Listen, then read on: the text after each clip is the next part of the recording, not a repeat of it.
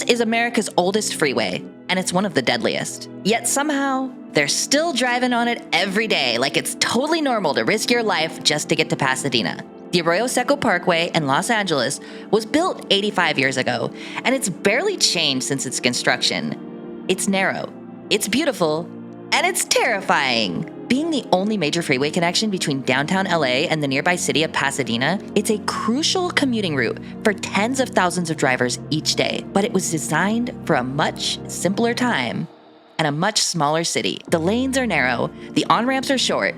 It's less of a means of commute and more like a death trap with scenic views. It tightly curves through some of the most picturesque scenery in the city. Also known as the Pasadena Freeway or State Route 110, this road is so notorious for gridlock and crashes that lawyers literally advertise themselves as Pasadena Freeway Accident Attorneys. Some studies show that the Arroyo Seco Parkway has more than double the average death rate of other freeways in the US. You'd think with such a dangerous highway cutting right through the middle of America's second largest city that they'd have redesigned it or upgraded it decades ago. But unfortunately, despite its terrible reputation, LA can't fix its worst freeway.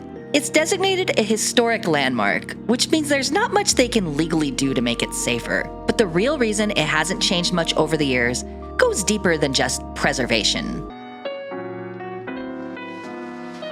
To understand why this highway is the way it is today, we need to go back to the late 1930s and the beginning of the age of the automobile. At the time, Los Angeles was a very different city. Between 1920 and 1940, the city's population nearly tripled, bringing it from the nation's 10th largest city to its 5th. And with all of this growth happening, planners built it out much differently than older cities on the East Coast, and it began to sprawl outward instead of growing upward like Chicago or New York. With this came more and more private cars. In 1938, after years of lobbying by the Automobile Club of Southern California, the state legislature approved a $6 million project to extend what were once rural highways into the cities of the region. Originally planned as a scenic route for leisure drivers, the Arroyo Seco Parkway was completed and opened to traffic in 1940. At the time, it had a speed limit of 45 miles per hour, which was pretty fast for old cars back then. But after World War II, car ownership exploded as the population grew, and the idea of life in a single-family home in the suburbs was sold to millions as the peak experience of the American dream. Los Angeles was the poster child for this lifestyle, and with it, the Arroyo Seco Parkway became more than a scenic Sunday drive through the park, and instead, a key way people got to and from their jobs in the city. And LA didn't stop there. The parkway became the blueprint for a whole new way of life, one where every problem could be solved by building another freeway. You know, adding just one more lane, bro. And now, 80 years later, look where that got us.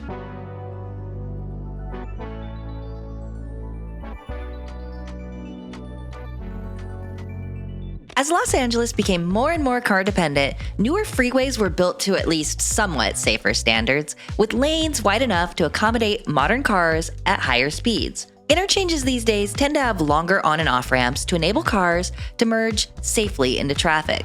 None of those standards existed when the Arroyo Seco was built. They were just kind of flying by the seat of their pants. Instead, you have lots of little turnoffs into slow residential streets that just put cars directly onto the highway. This means if you're getting on the 110 at any of these ramps, you're basically thrown into traffic at full speed and just have to force yourself in and pray nobody hits you. This causes all kinds of backups and delays. Pair that with lanes built at a width that don't meet modern standards and a lack of shoulders on the sides of many sections, merging into traffic becomes somewhat of a blood sport. On those rare times when it isn't bumper-to-bumper gridlock, people drive fast and don't really pay attention to speed limits or warning signs around tight curves and steep grades. Let's be real here for just a second. LA drivers aren't exactly known for their courtesy or any regard to the rules of the road. So obviously, something should be done to at least bring it up to modern standards. Well, Caltrans has made some minor improvements over time, like adding a concrete median to prevent head-on collisions and minor adjustments to certain exits. There are also plans to widen the shoulders from 2 feet to 10 feet and add other safety features like rumble strips, larger signs, and better lighting. But to widen the road or build safer interchanges would require a complete redesign of the entire highway, which could cost millions and take years, causing severe delays in the process. There's significant resistance to any sort of road construction in this area due to both environmental factors and the fact that along some stretches, it would require the destruction of hundreds of homes and businesses. But I know what you're thinking. American city planners never let a bunch of housing get in the way of a freeway widening project. It's basically the only kind of infrastructure that ever gets built in this country. Thank you to Daddy Robert Moses, rest in peace. But no, you can't do any of that because this is a historic site, a landmark dedicated to LA's proud highway heritage. And you can't mess with a legacy like that. In 200 years, historians will thank us for keeping this priceless artifact perfectly preserved. Y'all, I'm not even kidding about this. In 2011, this stretch of State Route 110 was added to the National Register of Historic Places, and it's recognized as a National Civil Engineering Landmark for its contributions to human history. This freeway is literally just a fucking museum that you can drive on. It's not changing anytime soon. But okay, if you can't bring the road up to modern standards, what can be done? Realistically, not much. Even without the historic status, you can't widen it or upgrade its interchanges without demolishing half of Highland Park. And adding more lanes only creates more traffic. It's called induced demand. It's basic stuff. You could always build an alternative route somewhere else or tunnel through the hills and bypass the thing entirely. But honestly, that's costly. Although you could probably pitch it to Caltrans and they'd eat that shit up. They'd probably fund it immediately and get it done in 6 months. You could just slow down the speed, put some stoplights on it, and turn it into a boulevard. Or you could just close it all together and disperse all that traffic onto some of these other highways like the 2 or the 210 or the 5 or wherever. I don't know LA that well. But again, bureaucracy and historic preservation will get in the way. And where are all them damn cars gonna go? Nope, the solution is simple. You gotta make people need it less. You convert half of it to bus-only lanes and run express service, or you could build another metro line underneath it to get people out of their cars. Make it easier for people to live near where they work, or encourage stuff like remote work so less people are commuting in general. And then those who do need to use it can be less stressed out and stuck in gridlock. But none of those solutions are sexy or politically popular. You can always do what San Francisco did to Great Highway and turn it into a park while also cutting the public transit budget at the same time and forcing people to drive through the neighborhood streets. But you know what? That sure did piss people off. Whatever the solution is, it's gonna be painful for drivers. Luckily, in recent decades, Los Angeles has been more serious about improving its public transit. So it is possible. The A-Line light rail in Pasadena and the D-Line subway in LA are both great candidates for an extension to bridge this gap. But doing something like that is probably not gonna happen anytime soon. Let's just be realistic here.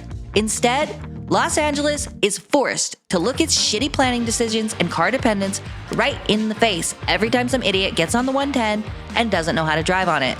It's become a bit of a meme. Someone on Reddit even made the 10 commandments of the California 110 Arroyo Seco Parkway, and even though it's a bit of a joke, I think that these rules should be written into the DMV handbook for all new drivers, regardless of what freeway they drive to work on, because there's some good stuff here.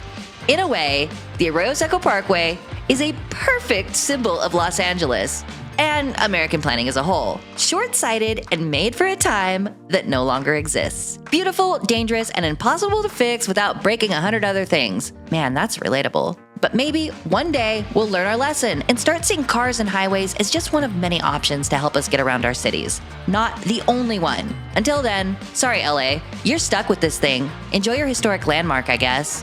It's kind of cute in a weird way, and I had fun riding in the passenger seat on our way to see Chapel Roan. I hope she plays Hot to Go. I mean, yeah, we're at a Chapel Roan concert. So this is good. I'm just gonna trust you're gonna do it. Okay, ready? Watch me. H-O-T-T-O-G-O. 10 out of 10. Would drive again. Love you, LA. See you next time.